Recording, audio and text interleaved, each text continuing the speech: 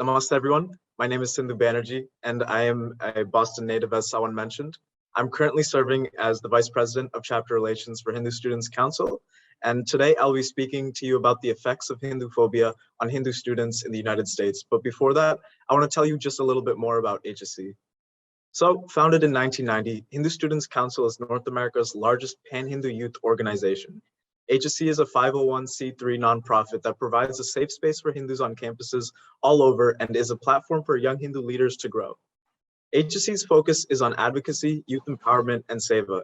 In the past 32 years, HSC has had over 30 national camps, 49 conferences, this is actually our 50th one, and 185 seminars. More than 200,000 students of various backgrounds have attended HSC's events since its founding. And that right there is my favorite part. The students. I joined the chapter relations team of Hindu Students Council because connecting with students is what I love most about HSC. I enjoy listening to students' stories, hearing about their personal and collective goals, and providing resources and solutions to address the challenges that they face. I've had the privilege of visiting various chapters at the high school and college levels, and I've gained numerous experiences from them. I've also shared advice and encouragement. What I hear from our Hindu students is mostly reassuring and motivating, but sometimes it is heartbreaking. As you have already started to hear today at today's conference, and as you'll continue to hear later on, Hinduphobia is pervasive in the realm of education. HSC students are affected by the tendrils of Hinduphobia on a consistent basis, and they've shared many stories with me, which unfortunately start all the way back in elementary and middle school. Unfair expectations are set at a very, very early age, and they are only exacerbated as Hindu students enter into higher education. The classic example that most of us are familiar with is something that Hindu students are still facing in middle school today. In world history and religion class, American schools spend a minuscule amount of time on Hinduism and dharmic philosophies in general. In that short amount of time, the teacher will usually read to students directly from the textbook. As Dr. Kannad just covered, these textbooks undoubtedly cover inaccurate or damaging misinformation, and these include things such as the long disproved Aryan invasion theory, caste, specifically caste discrimination, and degrading depictions of Hinduism as monkey gods and cow worshipping. Going over Hinduism and the history of ancient India, when it is presented like this, is a highly unpleasant and uncomfortable experience for Hindu students. Worse yet, if you're the only Hindu in your class, you are set with an unfair expectation of suddenly becoming appointed as the spokesperson for all Hindus. The number of times that I was asked if I was a Brahmin and if I oppressed others or if I worshipped cows was astounding. And oftentimes, it was my friends asking these questions. In middle school and high school, students are pressured to shy away from their Hindu identities, and for good reason. Our heritage is grossly misrepresented in textbooks, and we watch as all other major religions get days off of school while we don't get any days off for Holi and Diwali, and our 6,000 plus year old culture is simplified into about 3 to 4 days in a history class. It is sad to hear that the issue regarding the depiction of Hindu dharma in textbooks, which has existed since I was born, is still present in most states today. It's already hard enough for our Hindu students to grow up in a culture where whiteness and Abrahamic religions are dominant. I've unfortunately heard many stories of students being bullied after the Hinduism chapter was taught in class, which is tragic.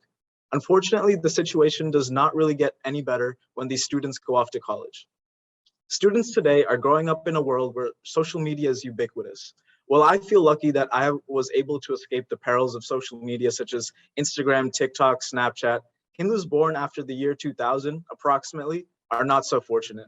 The pressure to establish a presence on these platforms is massive. Not joining will lead to feelings of exclusion and feeling of missing out. But while they were originally developed to connect people, social media provides novel methods of harassment such as cyberbullying, doxing, censorship, hate and spam messages, and digital defamation.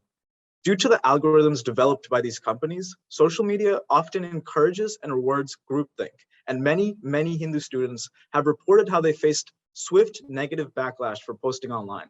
Take, for example, Pooja, who went to college on the West Coast. While I'm using a different name for the purpose of privacy, the story is sadly real. Pooja was a very regular college student who had many friends and was part of numerous clubs and activities. Due to her upbringing, she was also a social justice activist and often supported movements like Me Too and Black Lives Matter publicly on her social media.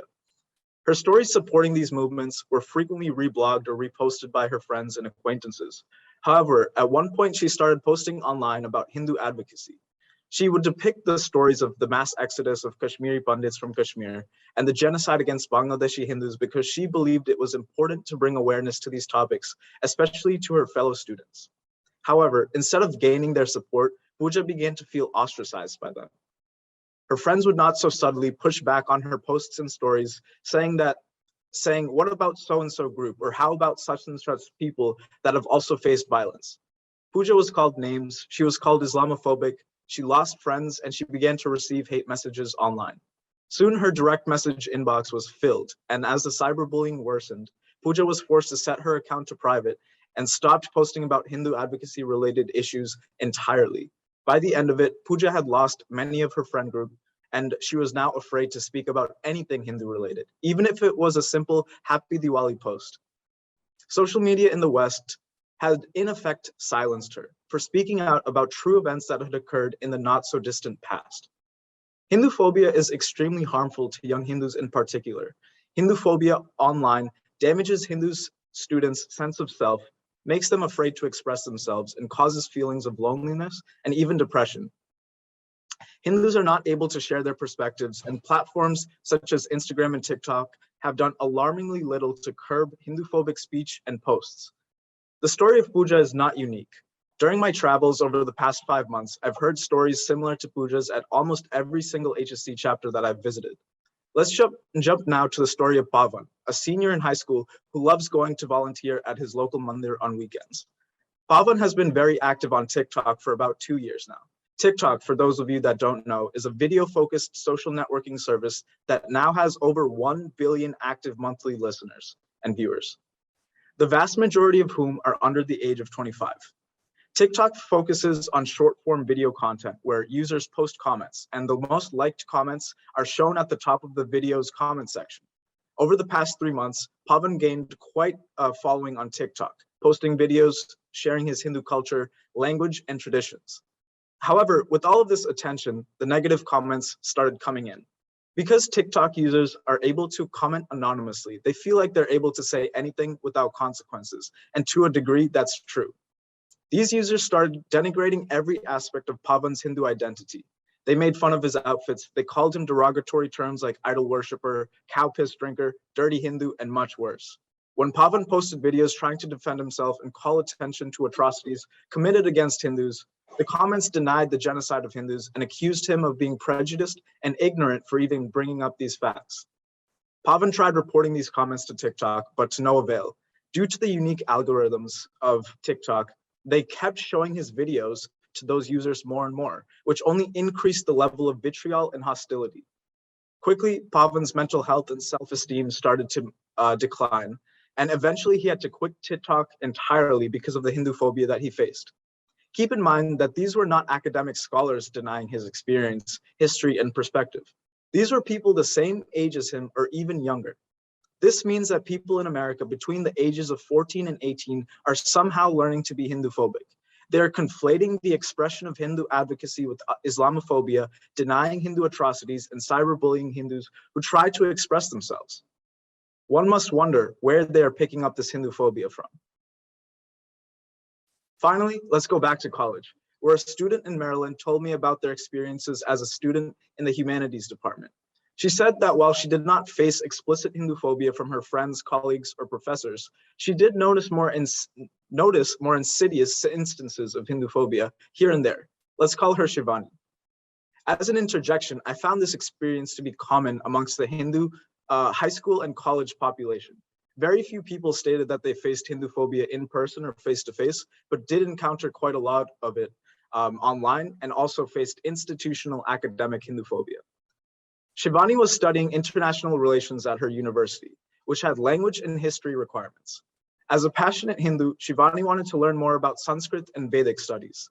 Unfortunately, the school had stripped Sanskrit classes from the offered classes 5 years ago, so she had to opt for Hindi classes instead. During the second semester of her junior year, The school cut funding for Hindi classes, so she was not even able to take 300 level class because it no longer existed. She was forced to switch her language class and eventually settled on Latin. Shivani also wanted to take classes on Hinduism during her senior year and found that the offerings were very limited. There were only a total of 4 courses offered that were related to Hinduism. One of them was simply called Exploring Mythology in Hinduism. Note that it would be acceptable to ascribe the stories in Islam, Christianity, or Judaism as mythology, yet it's done so casually with Hindu heritage. Another course that was combined was with Islam, which was taught by a Muslim professor, and the last 2 classes were taught by a Hindu professor who was known for going on anti-Brahmin tirades. While Shivani did have a Hindu student group at her university, they were afraid to bring up these issues due to fear of backlash from the school. Some of these professors were tenured, and some of them were even heads of their departments, and so to speak up could potentially invite academic repercussions. These issues were made even worse when anti-Hindu groups came to her school to host pernicious events such as Holi Against Hindutva and the warped Stand with Kashmir event, which denies that atrocities committed against Hindu Kashmiri Pandits ever occurred.